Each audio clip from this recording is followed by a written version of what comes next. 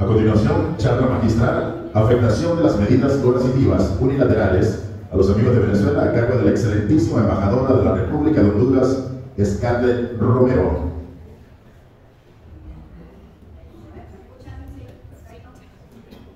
Gracias. Bueno, en primer lugar, realmente demostrarles todo nuestro cariño, nuestra admiración, nuestra amistad, nuestro acompañamiento a ustedes como pueblo venezolano y sus autoridades. Quiero saludar a quienes están hoy aquí en esta mesa, que no voy a decir mesa principal, porque me parece que la mesa principal está ahí abajo, pero en esta mesa donde están autoridades que han hecho posible este encuentro el día de hoy. Quiero expresar mi más sincero saludo de parte de nuestra presidenta, la primera mujer presidenta electa en nuestro país.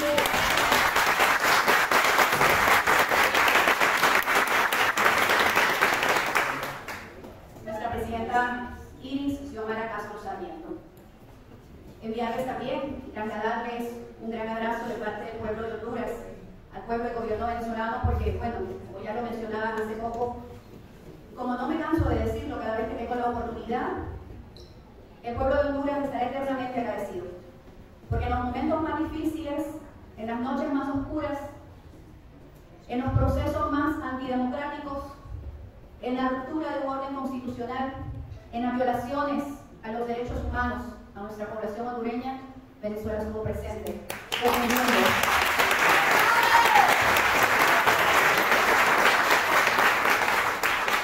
Venezuela estuvo ahí, pendiente, luchando, resistiendo también con nosotros.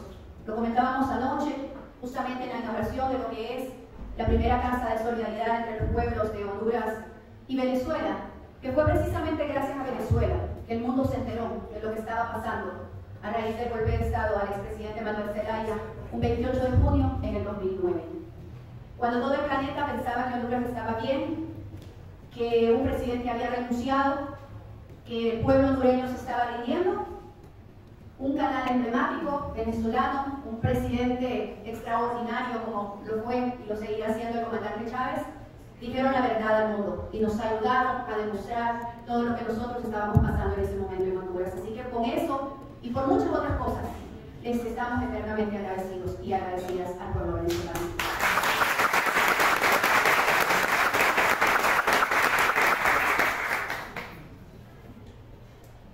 En ese sentido, y ya a más de un año y medio del primer gobierno de la Resistencia Popular, porque nos seguimos llamando resistencia, no podemos olvidar que somos eso, independientemente que accedemos a los gobiernos de estos países que han sido y hemos sido vilipendiados por un capitalismo sobreestimulado muchas veces. No podemos olvidar que somos resistencia y seguiremos resistiendo sin importar los embates que nos toque que enfrentar. Y en ese sentido, a más de un año y medio de este gobierno de resistencia popular, que está siendo dirigido por la primera mujer presidenta en Honduras, del regreso de nuestro país al sueño de la patria grande latinoamericana, que precisamente ha venido luchando incansablemente por vencer el modelo neoliberal y a sus aliados, destruyendo la explotación, la corrupción, la pobreza. Nuestra presidenta Xiomara Castro Sarmiento está cumpliendo su compromiso inquebrantable desde este momento y lo seguirá haciendo en la medida que así se lo exija nuestro pueblo, que ha gobernado en este sentido para levantar el velo de la corrupción y de la inequidad que ha gobernado en los últimos años y que destruyeron por completo, total y absolutamente nuestras instituciones y que desarticularon por completo el Estado de Honduras. En ese sentido, comentarles que la presidenta Xiomara pues, nos ha dado esta tremenda oportunidad, pero también este grandísimo reto y a la vez este gran honor que es el estar en una primera línea como embajadora en la hermana República Bolivariana de Venezuela para volver a construir esos puentes que el expresidente Manuel Zelaya y el comandante Chávez construyeron en beneficio del pueblo de Honduras, donde en aquellos tiempos, por decirles y mencionarles algunos de los pocos casos que podría mencionarles en este momento, teníamos una realidad completamente distinta a la actual. En aquellos momentos, cuando nuestros países estaban hermanados, teníamos a Petrocaribe, teníamos acceso a una canasta básica muy accesible a nuestra población hondureña. Pero sin embargo, bueno, sabemos que, como aquí todos ya recordamos, se vivieron años oscuros en los que los golpistas pues, creyeron que podrían destruir esos vínculos. Pero 13 años después hemos demostrado que seguimos viviendo, seguimos resistiendo y seguimos construyendo esos puentes inquebrantables entre el pueblo bolivariano de Venezuela y la República de Honduras.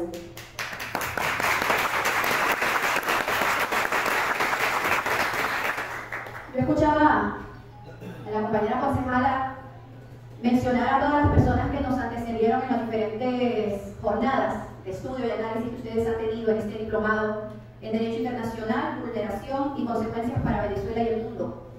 Y realmente, no sé cómo terminé yo en este último ciclo de graduación con todos los temas y todos los expertos y todos esos maestros, porque yo escuchaba el maestro tal, el maestro tal, el maestro tal. Yo no soy maestra de ningún tipo, pero bueno, agradecer ese voto de confianza y esa invitación que se nos ha hecho hoy aquí para acompañarles a ustedes, que creo que esa es otra de las cosas que les admiramos tantísimo al pueblo venezolano, es que nunca dejan de aprender, nunca dejan de crecer, y eso creo que es una de las cosas que ciertos sectores han querido que nuestro país deje de pasar, que nuestras generaciones analicen, que nuestras generaciones venideras aprendan, estudien para saber realmente el camino que debemos escoger en la lucha por la liberación de nuestros pueblos. En este sentido, bueno, también en el marco de la conmemoración del natalicio número 97 del comandante Fidel, que se ha estado celebrando estos últimos días en diferentes espacios, no solamente de Venezuela, en Honduras también hemos estado con muchas actividades recordando a ese gran hombre, y bueno, muchos otros que lucharon por ese proceso de liberación. Pero hablando un poco sobre el derecho internacional, nosotros sabemos que el derecho internacional ha llegado a ser una fuente de derecho constitucional. Y en ese sentido, pues esta nueva fuente se ha estado inscrita dentro de los conceptos de globalización, pero también dentro de los conceptos de interdependencia que caracterizan al mundo actual. Para nosotros y nosotras, la fuente del derecho más importante es la Constitución de la República. En Honduras, nuestra máxima es la Carta Magna. En esa Constitución, de donde se emanan las leyes secundarias, la normativa por la que nos regimos como Estado. Y bueno, con la Constitución de la República se ha venido generando en Honduras una cantidad de análisis, pero al mismo tiempo de necesidades a través de los años de ir cambiando como cambia el mundo, como cambia el individuo, como cambia el sujeto, como cambiamos los humanos, como cambiamos las sociedades. Comentarles que la actual Constitución de la República de Honduras fue escrita y aprobada en 1981. Saquen ustedes la cuenta, yo ni soñaba en nacer. ¿Qué quiero decir con eso? Que la Constitución de la República como tal, y especialmente en unos famosos artículos pétreos, que son inamovibles, incambiables, insolubles, están ahí desde ese año, desde 1981. Cuando la realidad del país ha ido cambiando. A medida que los años fueron pasando, las décadas fueron avanzando, en algún momento, allá como por el 2008, cuando estaba al frente de la presidencia de la República el expresidente Zelaya, empezamos a notar cambios en el gobierno, cambios para bien, cambios positivos, cambios que se sentían en las bases del pueblo, cambios que se ameritaban a favor de las clases más desfavorecidas, más excluidas, más discriminadas en la sociedad hondureña. El expresidente Zelaya siempre menciona, ¿no?, que viene de la derecha, y es cierto. El presidente Zelaya viene de un partido, de uno de los dos partidos políticos que habían hegemonizado lo que son los procesos electorales y gobiernos en Honduras desde 1981 hasta que llegó el presidente Zelaya al poder de la República. Pero ¿qué pasa? Y él lo cuenta como anécdota, ¿verdad? Parece mentira, pero es anécdota, dicen por ahí los memes. El presidente Zelaya empieza a conocer desde adentro realmente las necesidades más cercanas y más directas que sufría la población hondureña. El presidente comenzó a acercarse a las bases, comenzó una era de un poder ciudadano, que así se le llamaba, y ese era el eslogan y el lema de su poder, de su gobierno, perdón. Y empezaba a recorrer todo el país, cada uno de los departamentos, que son los que ustedes tienen como estados dentro de la organización política nuestra, son departamentos, de diferentes municipios, las diferentes ciudades, los diferentes pueblos. Él hacía los fines de semana asambleas comunitarias con la gente, y él escuchaba, y la gente reclamaba, la gente señalaba, Y es como él así empieza a hacer algunos cambios. Y empezaron a generarse algunas políticas de Estado para el bienestar de la población más desposeída. Recuerdo bien que en aquellos momentos se tenía una excelente relación con el gobierno de Venezuela y con muchos otros países aliados en aquel momento de Latinoamérica. Y entonces logramos acceder, gracias a Venezuela por supuesto, a Petrocaribe, al ALBA, a los combustibles más baratos de la historia en nuestro país. Y al acceder a combustibles más baratos, pues evidentemente eso nos permitió a nosotros que se nos abarataran los costos de vida diaria en el país, para todas las familias, sin discriminación alguna, los ricos, los no ricos, porque bueno, al bajar los precios de los combustibles era más fácil que nuestra gente se movilizara en sus vehículos, en el servicio de transporte público, bajaron los precios de la canasta básica. El presidente Zelaya en aquel momento aumentó el salario mínimo, subsidió los precios de la energía eléctrica. Por primera vez en la historia de nuestro país, la gente que consumía menos de 150 kilowatts por hora no pagaba energía al final del mes. Un famoso bono 80, así se llamaba en aquel momento. Entonces nosotros íbamos, yo en aquel tiempo, estaba creo que en un colegio, en la universidad, íbamos a pagar el recibo de la luz, y si teníamos un consumo menor que eso, entonces nos daban hasta el vuelto. Vuelto decimos el cambio, nosotros en Honduras. Llegábamos a pagar, pero de repente también salíamos con un poco de plata en la bolsa, que ya nos podía ayudar a comprar el azúcar, o comprar los frijoles, o comprar sal, o comprar cosas básicas, o café. Ustedes no conocen la historia, pero si se las cuento no me van de aquí. Pero bueno, lo que quiero decir es que entonces el poder adquisitivo de la población hondureña se levantó. Y los salarios se levantaron, hubo estabilidad en la moneda, no tuvimos que estar devaluando nuestra moneda el empira, como había sido necesario hacerlo en las últimas décadas, precisamente para amortiguar el impacto económico en nuestro país. Pero ahí, entonces empezaron, claro, los monopolios, las transnacionales, el capital que controlaba y que ha ido controlando nuestro país y muchos otros países, comienza a decir, no, este presidente está tirando para la izquierda. ¿Verdad? Lo primero que dice, está tirando para la izquierda y esto no conviene a estos sectores, no conviene que se hagan este tipo de cosas porque, bueno, se está empoderando una clase históricamente excluida, ¿verdad? Y tenemos nosotros como el capital, tenemos que hacer sacrificios, que no eran sacrificios, pues era más que reconocer lo que realmente le correspondía a la clase trabajadora. Entonces, claro, ya no le gustó que tenían que aumentarle el salario mínimo en el sector privado a los empleados. Ya no le gustó que ya no le estábamos comprando los combustibles a aquellos sectores que se beneficiaban económicamente fuertemente, sino que estábamos accediendo, yendo para el sur. Ya no le gustó que empezaran a hablar de cambiar y pagar más impuestos, los que más tenían, para que los que menos tenían pagaran menos. Y bueno, no le gustó ya cuando el comandante Chávez apareció por las calles de Tegucigalpa haciendo el ingreso oficial de Honduras a la alternativa bolivariana, ALBA. Y ya no le gustó cuando se habló de esa constitución que estábamos hablando en ese momento.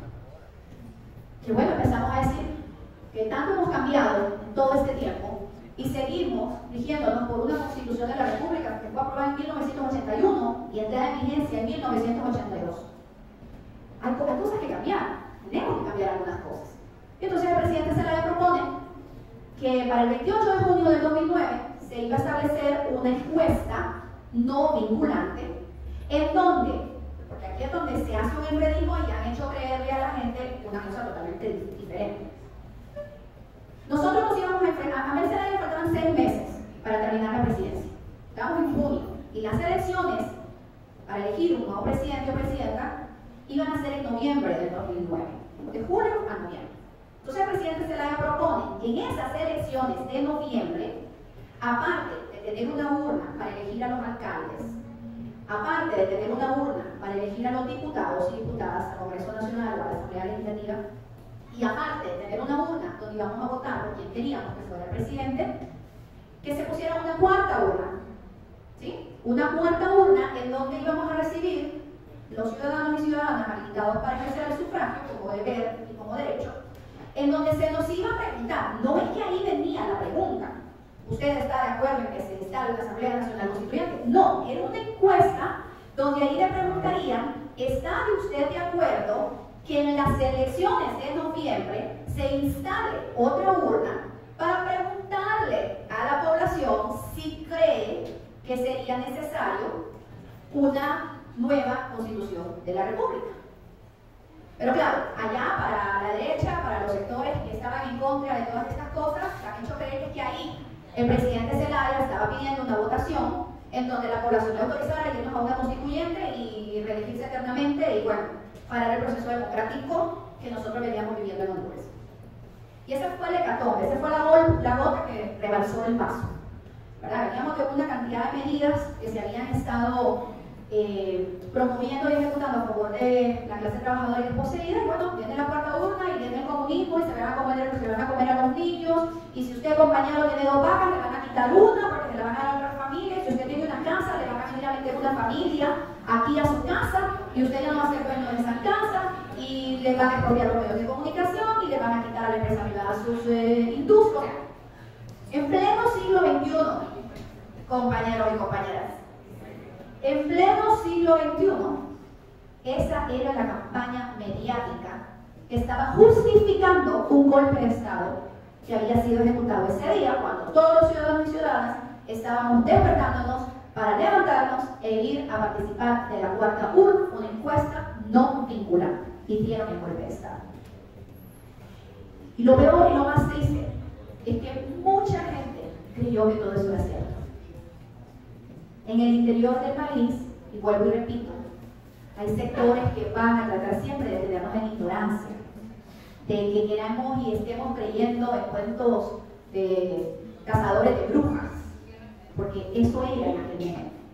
Nos quitaron todos nuestros medios de comunicación, no podíamos escuchar radio, las televisoras estaban pasando caricaturas, las líneas telefónicas, el sistema de comunicación estaba parado, no había forma de hablar. Yo recuerdo yo la universidad en 2009 y yo no podía comunicarle a Copán, donde es mi familia, que había un golpe de Estado. En Tegucigalpa ya sabíamos que había golpe, pero en el interior del país nadie sabía que estaba pasando nada, solo estaban como en penumbra de por qué no se estaban instalando las urnas en las plazas públicas, porque esa encuesta iba a ser en las plazas públicas, y por qué los militares estaban cortando los espacios, estaban quitando las urnas y estaban golpeando a la gente, y empezaron con todo lo que ustedes ya conocen gracias a un canal como Telesur, gracias a un Chávez, gracias a un Maduro que se dio la tarea de acompañar por mucho tiempo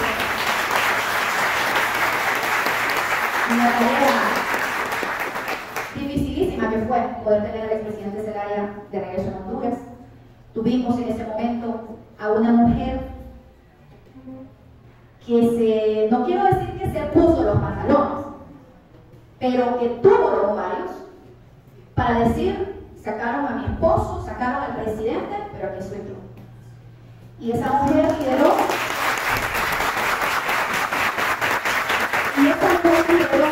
ese proceso en las calles. Ustedes miran fotografías de Xiomara en esos momentos y ustedes no la reconocen. Flaca, demacrada, quemada, porque eran días y noches que el pueblo hondureño estábamos en las calles, aguantando sol, lluvia, hambre, gases, toleteadas, golpes, gaseadas de parte de los aparatos de represión del Estado. Y así nos llevamos por varios años, hasta que en un momento se decide que nos vamos a someter, cuando regresa el presidente Zelaya, decimos que bueno, que no vamos a levantarnos en revolución armada, pero bueno, tampoco hubiéramos podido porque no podíamos pero ni disparar que un arma de esas de paintball. Entonces, claro, decidimos someternos a un proceso electoral en el 2013, donde llevamos como candidata a la primera, nuestra primera mujer presidenta. Nos hacen un fraude electoral tremendo, lo denunciamos también a nivel internacional, las violaciones a los derechos humanos seguían, la situación económica de nuestro país era tremendamente fuerte. Teníamos un gobierno de facto que estaba vaciando, comenzaba a vaciar las arcas del Estado, que estaban haciendo lo que querían con el dinero del pueblo hondureño. Se nos vino el 2017, volvimos a acceder a elecciones, volvimos a participar, volvimos a ser víctimas de otro fraude electoral, todavía más gigantesco que el del 2013.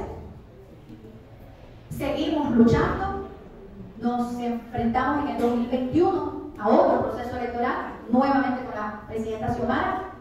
Y bueno, en ese tercer proceso muchos de nosotros y muchas de nosotros decíamos que no estábamos dispuestos a un fraude más. Y gracias a la vida, gracias al pueblo y gracias al Dios que nos permitió realmente ganar por una mayoría que era imposible hacer un fraude electoral, llegamos al poder. Y digo gracias porque si nos hubieran robado una tercera vez las elecciones, no sé qué historia estaríamos contando ahora. No sé qué historia, o tal vez no la estaríamos contando. Porque no podía ser posible que nosotros, como decimos en el campo de nuestro país, solo sirviéramos para estar comiendo el lomo. El lomo no lo a la espalda en los pueblos campesinos. No era posible estar permitiendo que nos latigaran una y otra y otra y otra y otra vez.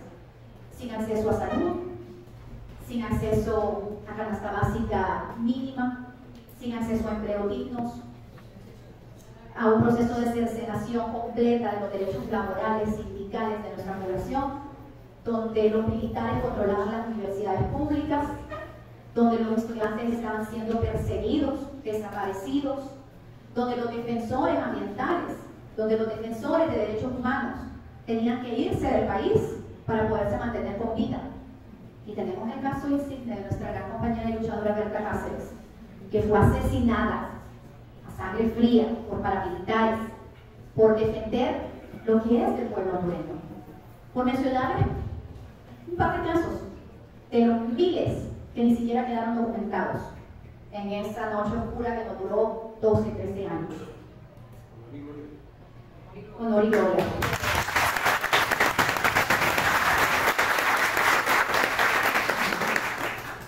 Pero aún así, y con todo que la Constitución de la República es nuestra Carta Magna y que tiene artículos pétreos que no se pueden modificar, aún así la dictadura, aún así ellos sí pudieron quebrantar, deshacer, destruir, romper la Constitución de la República y promover elecciones ilegales. Aún así, cuando al expresidente se le da un golpe de Estado por querer preguntarle al pueblo lo que quería, ellos dejaron tirada la Constitución de la República y se reeligieron de una manera ilegal por todos estos años, para seguir haciendo de las suyas. Pero bueno, hoy la justicia nos da la razón y quien encabezaba esa narcodictadura hoy está en New York, detrás de unas rejas, esperando que le dicten sentencia.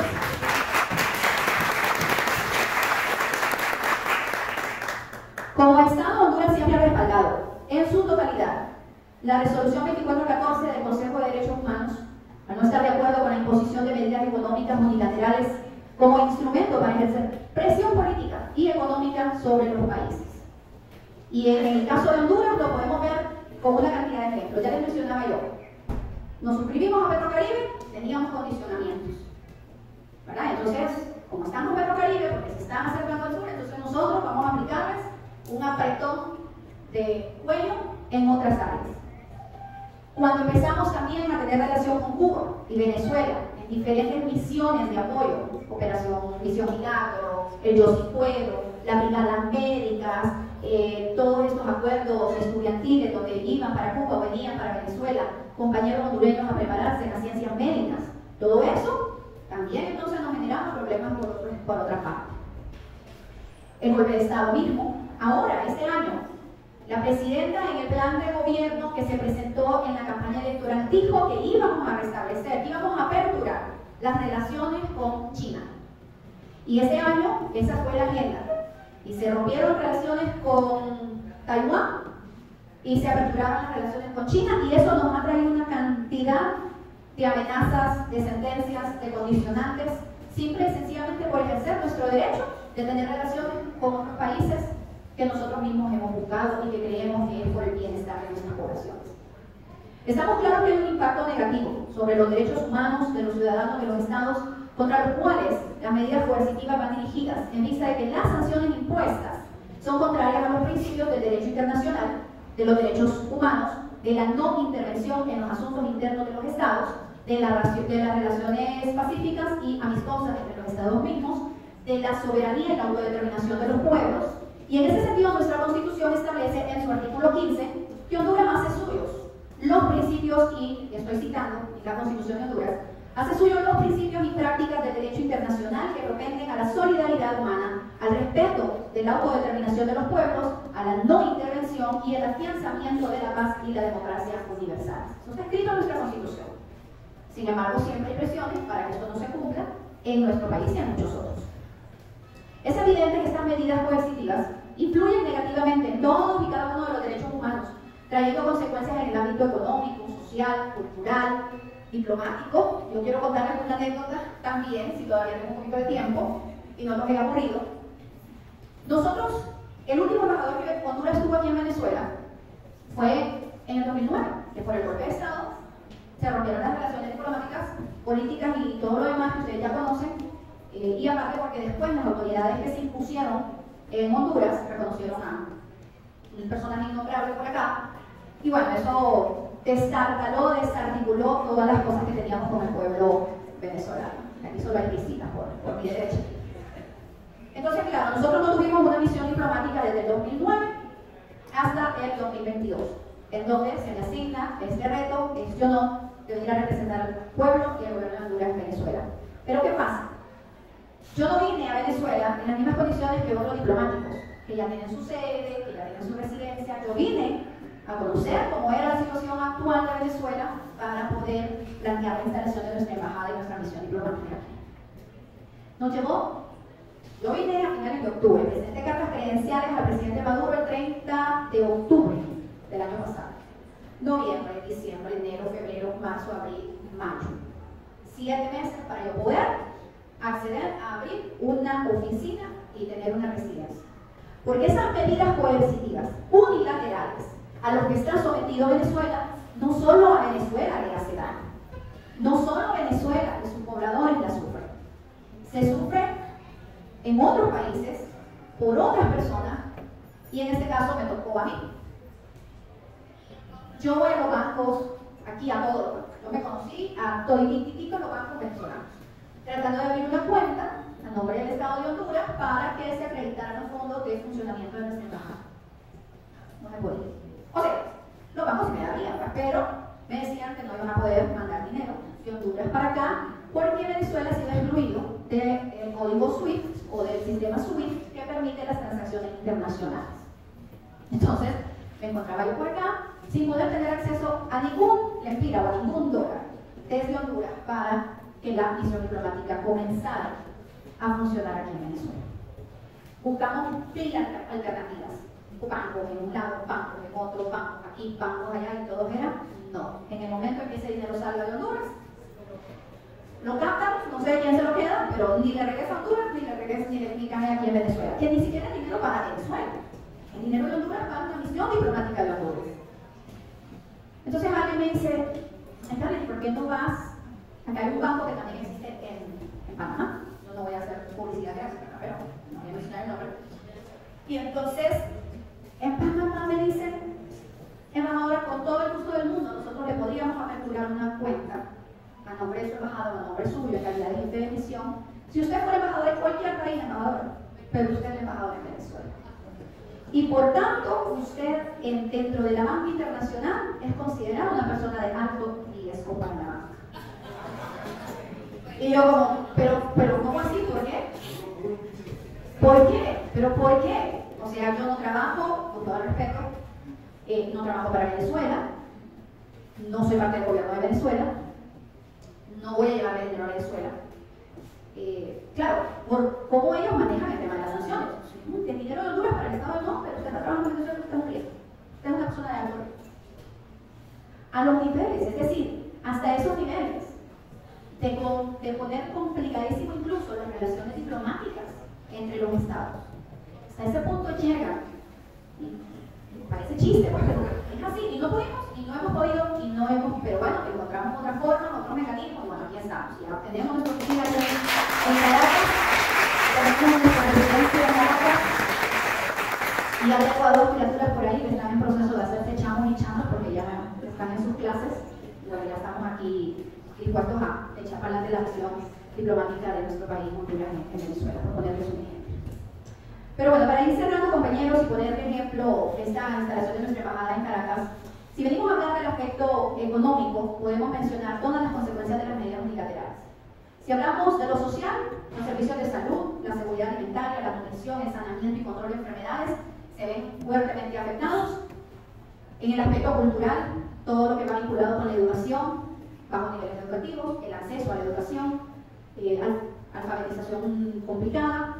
Y todo esto Honduras lo sabe. Y entendemos que se viene como consecuencia directa el aumento de la pobreza, del analfabetismo, corrupción, falta de oportunidades, desempleo, violencia, poder adquisitivo, movimientos migratorios que yo no tengo ni por qué contárselos, porque ustedes también lo están viviendo. Nosotros en los últimos 10 años tuvimos caravanas que se llamaron a nivel internacional como éxodos, porque eran miles y miles y miles de personas que estaban saliendo a diario de nuestro país, con niños, con ancianos, con gente enferma, caminando a jalón, como dicen ustedes, que piden cola, pidiendo cola en autobuses, pidiendo refugio, tomándose puentes en Guatemala, en México, exigiendo que se les dejara pasar. Es decir, tuvimos un éxodo migratorio, precisamente por las consecuencias que dejó el golpe de Estado, porque fue una consecuencia de nosotros querer estar a favor de las clases más desfavorecidas en nuestro país, por acercarnos al sur. O sea, todo es una línea directa una con otra.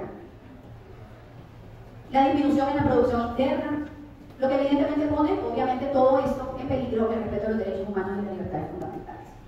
Cuando hablamos de medidas coercitivas unilaterales, no solo tienen impacto, como les estaba diciendo, en el país que está sometido a estas medidas, sino que también ciudadanos de terceros estados, que en el caso mío, bueno, directamente es el tema diplomático, pero bueno, también se ven afectadas en la libertad de comercio, el tema de las remesas, que yo sé que también es un punto importante de la economía venezolana, como lo es en Honduras, la cooperación económica a nivel mundial. Muchas veces hay países, hermanos, que quieren, y compañeros, en apoyarnos, pero ponen condiciones allá para que no nos puedan apoyar, ¿verdad? La inversión pública. Nosotros ahorita, la presidenta Xiomara dio la noticia de que nos estábamos adhiriendo a la CAF, y eso, la CAF es un organismo multilateral que beneficia, y hay muchos países, pero porque la sede está aquí en Caracas, allá se generó todo un cuento de hadas también, y bueno, ha sido un reto, pero finalmente ya la semana pasada pude hacer la consignación oficial del documento de adhesión a la CAF. Y bueno, al haber bloqueo económico, ustedes, sobre todo el pueblo de Cuba, al haber bloqueo financiero, al haber bloqueo comercial, se genera obviamente una caída del valor de las exportaciones, de las importaciones, se escasean los productos básicos, el aumento de los precios, que es algo que yo sé que ustedes han estado sufriendo en todos estos últimos años, en los medios de transporte, y en lo privado también. Las empresas transnacionales se ven obligadas a hacer despidos masivos muchas veces o a emigrar a otros estados. Pero bueno, al final de cuentas, estos son los retos que tenemos que ir nosotros tratando de resolver por haber tomado decisiones autónomas, auténticas y en beneficio de nuestras propias realidades como países, como hermanos, ustedes como venezolanos, nosotros como hondureños. Estamos tomando decisiones fuertes, decisiones duras, decisiones que a un corto plazo se ven como una crisis, pero que sabemos que a un mediano o largo plazo representa la libertad económica, la libertad social, la libertad de lograr en algún momento alcanzar ese autogobierno en donde no nos tengan que estar diciendo cada paso que tenemos que dar o cada paso que tenemos que dejar de dar. El día en que podamos tomar la decisión nosotros y nosotras de entablar cooperación, relaciones con los estados que nosotros queramos, sin que eso tenga que ver con consecuencias negativas de parte de otros estados que por intereses mezquinos, que por intereses egoístas, deciden o han venido decidiendo el futuro de nuestras generaciones, de nuestras sociedades en lo que es Latinoamérica. Así que bueno, yo felicitarles a todos y todas por el cierre de este diplomado. Espero, y seguramente que será uno de los muchos más diplomados, o de muchas más capacitaciones y de muchas más aprendizajes de parte de ustedes, y felicitar también a las autoridades del Estado de Mérida, de las diferentes alcaldías de este estado, por también generar los espacios, las oportunidades del conocimiento. Porque eso sí es democracia, eso sí es inclusión, eso sí es de verdad hacer procesos revolucionarios en bien de la gran mayoría, permitirles el acceso a la educación es uno de los derechos fundamentales que siempre todos y todas nosotras tenemos que defender y tenemos que luchar para que las generaciones que vienen detrás de nosotros sean capaces de acceder a ese mismo conocimiento, si no es que más. Así que bueno, yo tengo el honor aquí, después de 13 años de resistencia, quizás no tanta resistencia como la que ustedes han tenido que lidiar, pero hemos resistido. Como mujer hondureña, como madre de 2 niños, sabemos y saben mis hijos también que deben de construir otro mundo, un futuro de esperanza y seguridad. No solo es posible, sino que también es la obligación de ellos seguirlo construyendo. Así que como embajadora y representante del pueblo y gobierno de Honduras, pues ante el pueblo y gobierno Bolivariano de Venezuela. Tenemos el honor de estar aquí y decirle gracias por ese recibimiento cálido, por ese compañerismo, por esa hermandad que se refleja no solo hacia nosotros mismos aquí en este país, sino hacia nuestro pueblo, por estar pendientes, por estar siempre dispuestos a ayudar y decirles que si en nuestras manos también está cualquier tipo de apoyo desde la República de Honduras, desde nuestro gobierno, desde nuestro pueblo, pues aquí estamos diciendo presentes, porque la construcción de la patria grande es un deber para todos.